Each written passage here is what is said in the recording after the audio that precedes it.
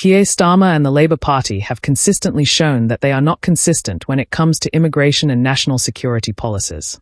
Starmer, a former human rights lawyer, seems more interested in defending international legal frameworks than in addressing the legitimate concerns of British citizens. Watch the clip. Mr. Speaker, if the Prime Minister was on top of his brief, perhaps he'd be able to answer some questions. Given this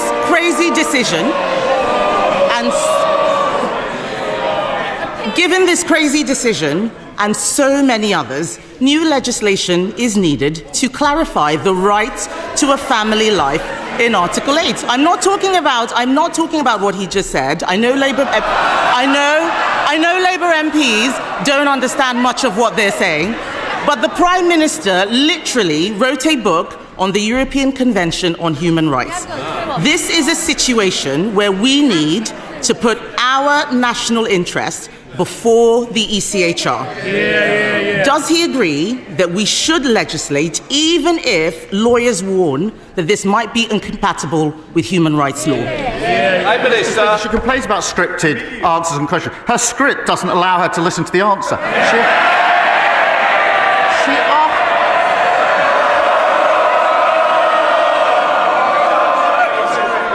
Prime Minister. She asked me if we're going to change the law and close the loophole in question 1. I said yes. She asked me again in question 2, and I said yes. She asked me again in question 3. It's still yes.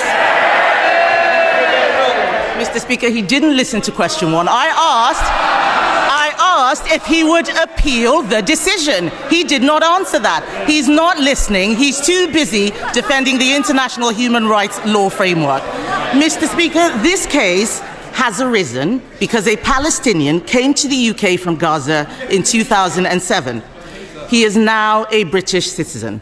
This is precisely why we need to break the conveyor belt from arriving in the UK to acquiring indefinite leave to remain and then a British passport, and now a right to bring 6 family members here as well.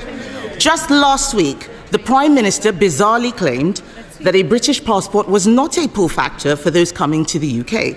Will he now support our plans to toughen the process on indefinite leave to remain and make getting a British passport a privilege, not a right? Prime Minister. Speaker, they presided over record high levels of immigration. It reached nearly 1 million.